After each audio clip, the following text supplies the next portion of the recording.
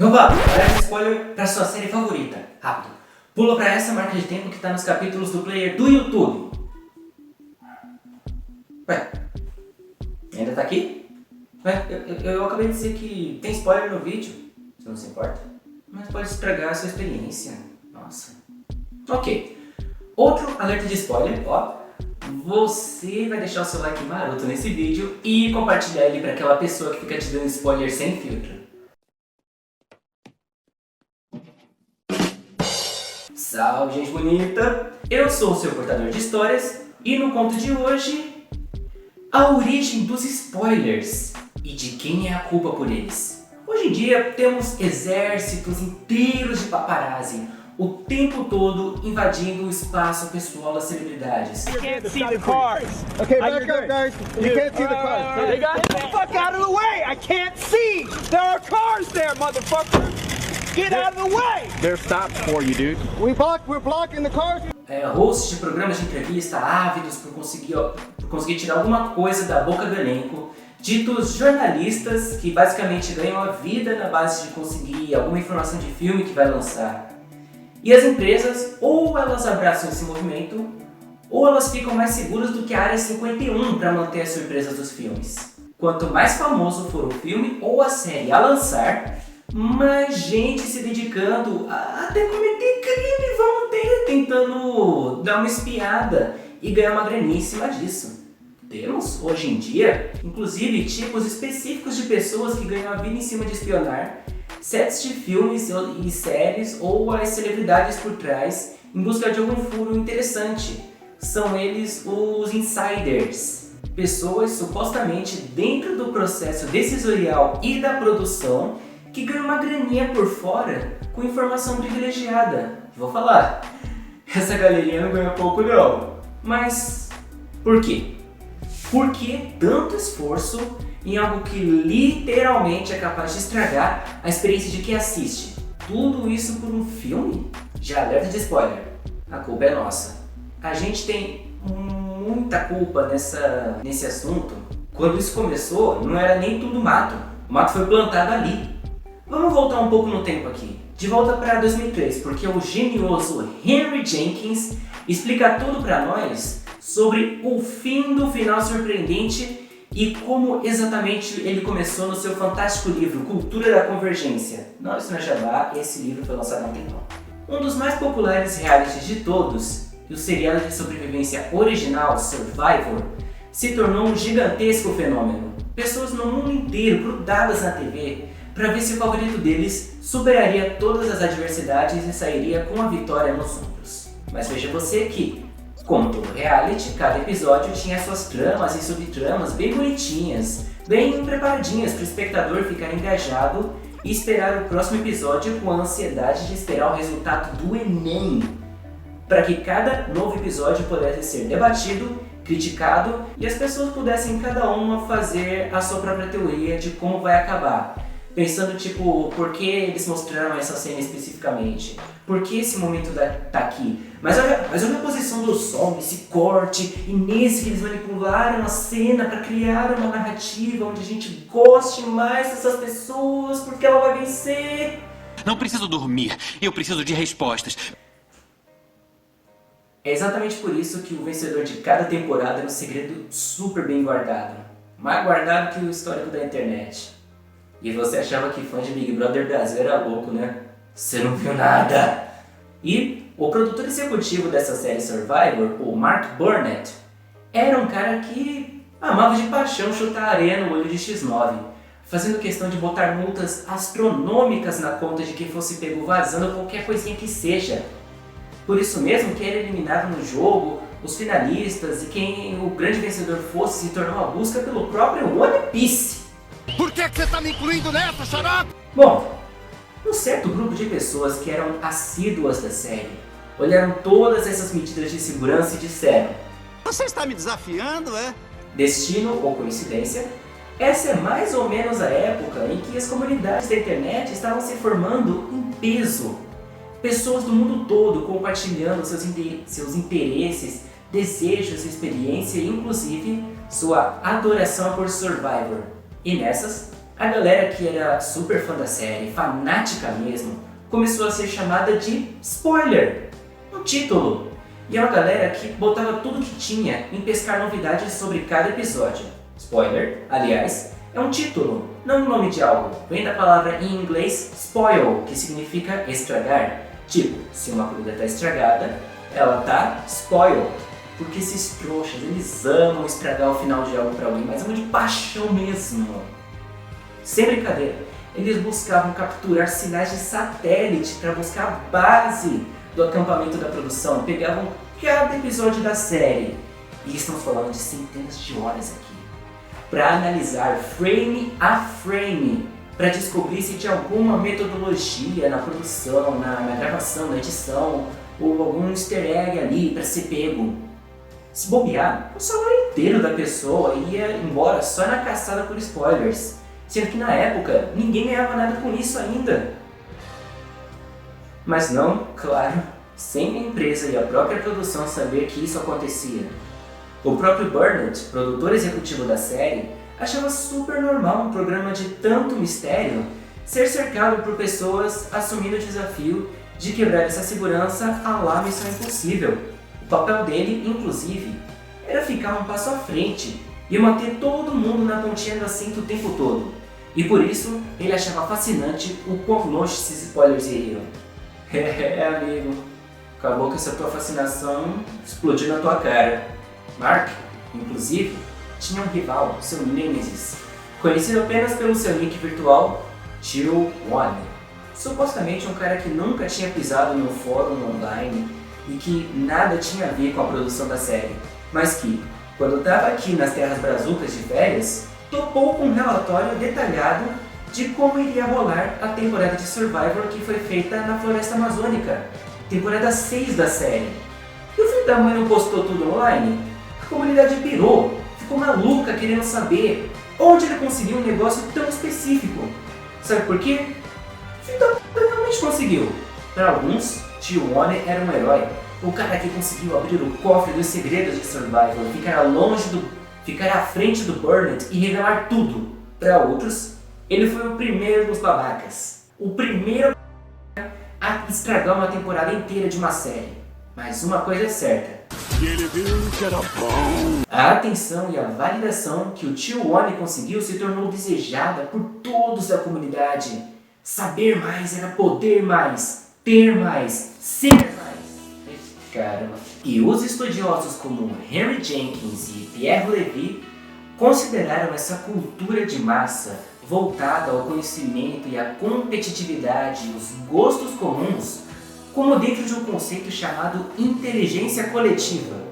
Isso é, ninguém sabe tudo, mas uma comunidade que junta seus conhecimentos pode até redefinir relações com grandes empresas e até governos. Segundo o próprio Levy, perguntas não respondidas criam tensão, indicando regiões onde é preciso inventar e inovar. A inteligência coletiva é a soma total de todas as informações retidas pelos membros de um grupo e que podem ser acessadas para responder uma pergunta específica. Tem sempre alguém esperando para saber mais do que você, se coçando na espera de alguém fazer a pergunta certa ou falar a coisa errada. E com toda essa ânsia, você está dentro de um contexto onde uma coisa que você gosta muito, no caso Survivor, e você tem mais 1000 pessoas com quem você pode falar que também gostam, e essa coisa tá ali, pedindo, implorando para alguém divulgar seus spoilers.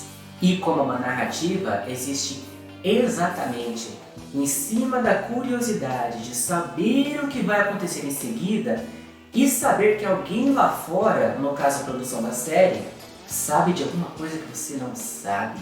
Não demorou até que as pessoas que assistiam um episódio mais cedo que outras por causa do fuso horário que você tem num país grande como os Estados Unidos, pegassem algum complexo de superioridade por saber de algo que as pessoas não sabem e ter acesso fácil a essas pessoas que não sabem. Eu mesmo, quando assisti Vingadores Ultimato, gastei uma quantia maluca para assistir a pré-estreia, só para alguém na China postar a cena do sacrifício do Tony online. E eu sou o Homem de Ferro. Na prática, o filme não tinha saído nem nos Estados Unidos ainda, por causa do fuso. Como é que eu sabia? Enfim, eu não acordo no belo dia da pré-estreia. Abro meu Instagram, a primeira coisa é esse vazamento de ver o Homem de Ferro com a joia do infinito na mão. E bem, quando você leva em consideração que um reality como Survivor é gravado meses antes de ser liberado na programação oficial, existe ali um potencial para você saber tudo sobre o que vai acontecer antes que aconteça. Participantes eliminados, por exemplo.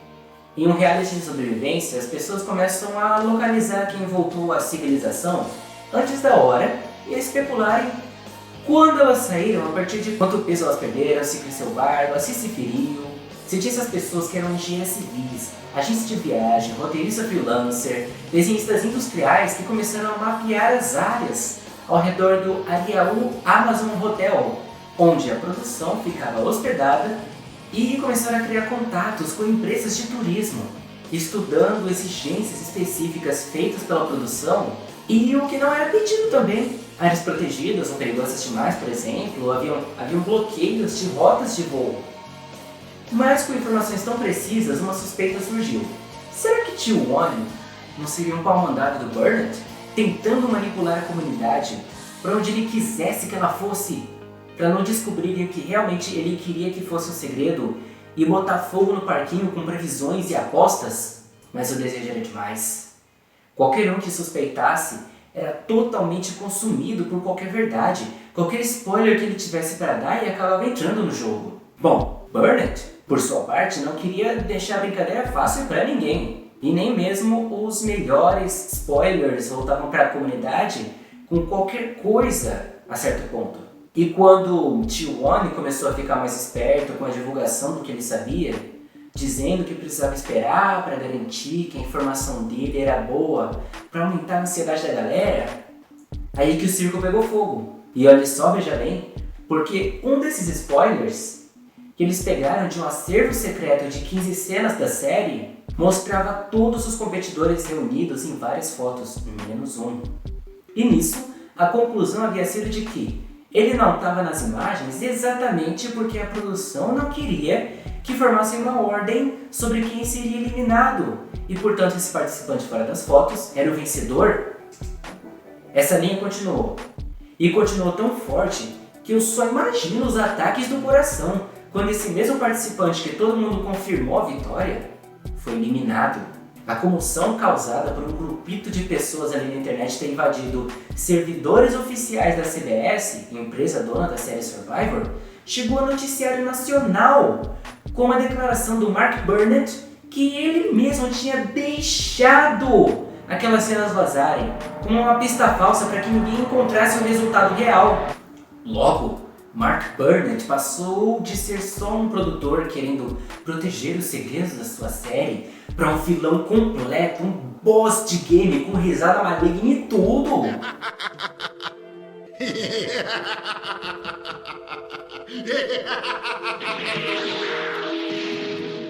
Nada mais era real. A Matrix estava revidando e vencendo. E T1, o nosso Neo, o nosso escolhido, se tornou uma figura tão controversa quanto os métodos invasivos usados por tanta gente para descobrir os segredos da série. Tudo que era paranoia se tornou uma forma válida de teoria. Qualquer ferramenta narrativa que a série usava para melhorar a sequência dos acontecimentos era uma dica e precisava ser mudada na próxima temporada ou até com alterações de último minuto no episódio seguinte. Toda a série se tornou um baita experimento psicológico sobre como a sociedade reagiria a certas informações. E depois de certo tempo, a treta esfriou. Uma sensação surgiu de que a CBS e o Mark Burnett perderam interesse no jogo dos spoilers. E se eles entregam os pontos desse jeito, não tem mais graça. Se o tio Warner estava dizendo a verdade, era de uma negligência imperdoável da empresa com a segurança das próprias informações. Se ele mentia por fama, era um fantoche plantado ou era o próprio Burnett disfarçado, era a jogada mais vilanesca desde o Darth Vader revelar que era o pai do Luke só para mexer com ele. Depois disso, começou a se acreditar também que ex-participantes estavam no meio da brincadeira, circulando boatos que até um deles queria trollar a comunidade numa reunião do elenco que dizia "Eu sou T1" numa camiseta. Trolei! e que ele não conseguiu entrar no lugar com aquilo. Uma das competidoras até foi a público sobre a temporada a rolar no Brasil, dizendo que realmente foi acompanhando os spoilers soltos na comunidade e declarou a sua frustração em ter se esforçado tanto para manter segredo sobre a temporada e ter gente ali com a boca do trombone, sem mais nem menos, a ponto de que ela acreditava que a temporada teria sido muito mais apreciada se T1 nunca tivesse existido.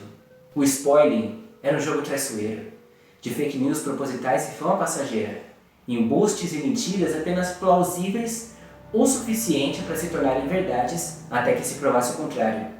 Um jogo de manipulação das pessoas e da verdade.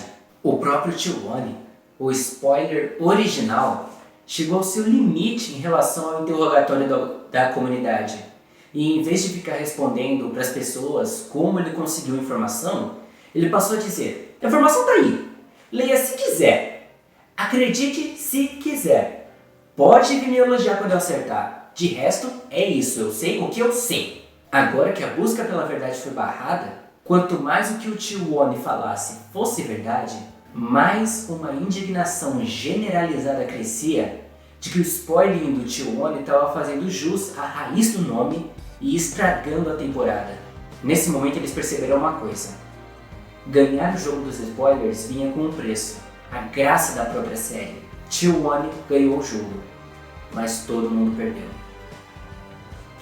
A questão agora, na comunidade do conhecimento, era a pergunta se alguém tinha o direito de não saber de alguma coisa. Ou melhor, se todos os membros podiam estabelecer regras para o quanto queriam saber e quando. Os avisos de spoilers antes de cada novo post sempre foram a principal proteção para quem não queria receber o fardo do conhecimento.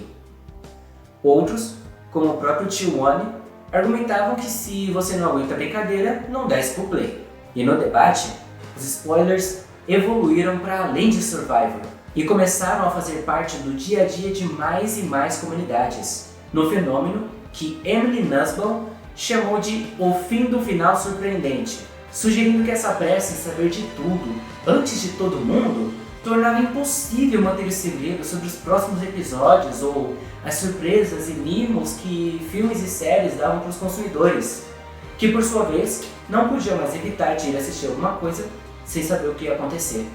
É um desejo estranho de controlar a narrativa, minimizar o risco da decepção que movia essas pessoas. Mas as atitudes que satisfazem desejos como esse e protegem desses medos também são um perigo por te fazer esquecer porque você gostava tanto daquela narrativa em primeiro lugar. Jeff Probst, outro dos produtores da Survivor, disse ao Edmonton Sun, um veículo de notícias, que esse advento da internet e a facilidade do acesso à informação tornaram quase impossível produzir Survivor e séries semelhantes, e não se surpreenderia se levasse ao cancelamento da série. Bom, quando a 8ª temporada de Survivor foi lançada, tinha alguma coisa errada. As discussões nos fóruns estavam mortas. As pessoas se entediaram, perderam o interesse, se irritaram com o movimento frenético dos spoilers.